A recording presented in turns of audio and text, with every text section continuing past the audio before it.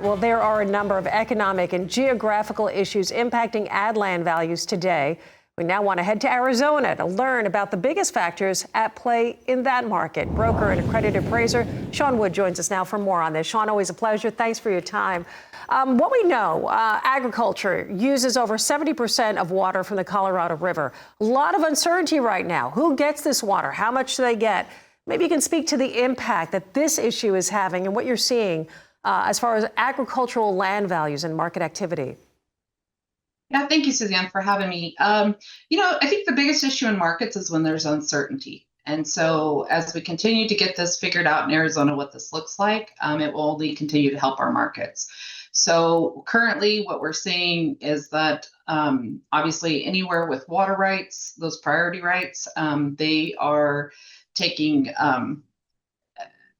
garnering the most interest, and the transactions that are taking place right now that have secure water, certain water, we are seeing premiums in that. And so that's key. Yeah. Water security is key in our market. Absolutely. Let me ask you about the agricultural land there. As far as what you're seeing when it comes to buyers for agricultural land in Arizona, what are they looking for other than water? Yeah, so what's interesting is our agriculture buyers, we're seeing our, existing producers expanding when possible, but probably on a conservative level. And we're seeing the other buyers are institutional buyers, kind of high net worth folks looking at our markets. And also some of the water players and the power entities are now looking at our farmland for the water use. And so they are active participants in our market, which obviously can help with prices, but it is interesting to see what the long-term impact into our agriculture economy is going to be due to that. Yeah, this is a big question where I talk about uncertainty, and I think it's happening at a faster rate than any of us could expect. When it comes to Arizona land market, and what you're seeing there, you think that this is kind of a good indicator as far as the future of ag in the West? Yeah, I think we're really a leader, though, in water conservation, technology, and improving our outputs. And so really what we can do for a crop, crop per drop is really incredible in Arizona.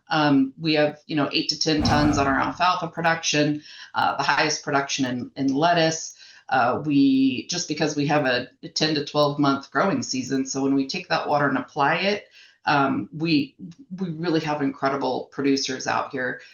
Now, we do need that water, though, to grow that. And so who's going to get that water, what that will look like, is currently to be determined in our markets. And I think that's still getting worked out. I think the cards are starting to be shown a little bit more on the table with this Colorado River water negotiations and what that's going to look like. But a lot of our ag users along the Colorado River have great priority rights, and that'll be helpful. But I think in the meantime, the cities need water. Folks need, to take showers and enjoy a glass of water. So it's an interesting time in Arizona for sure. Yeah, it is going to be very difficult for those trying to negotiate these terms for sure. I want to talk, I mentioned at the top, screwworm. Ranch buyers, are you concerned as far as New World screwworm and how it can affect these ranch values? We have a really unique, and I don't want to say if it's like a one-time point in our market that we haven't seen before, but cattle prices are high, but we're in a drought. And I think first and foremost, most of the cattle producers that I talk to, the ranches that we're on, drought is the number one issue.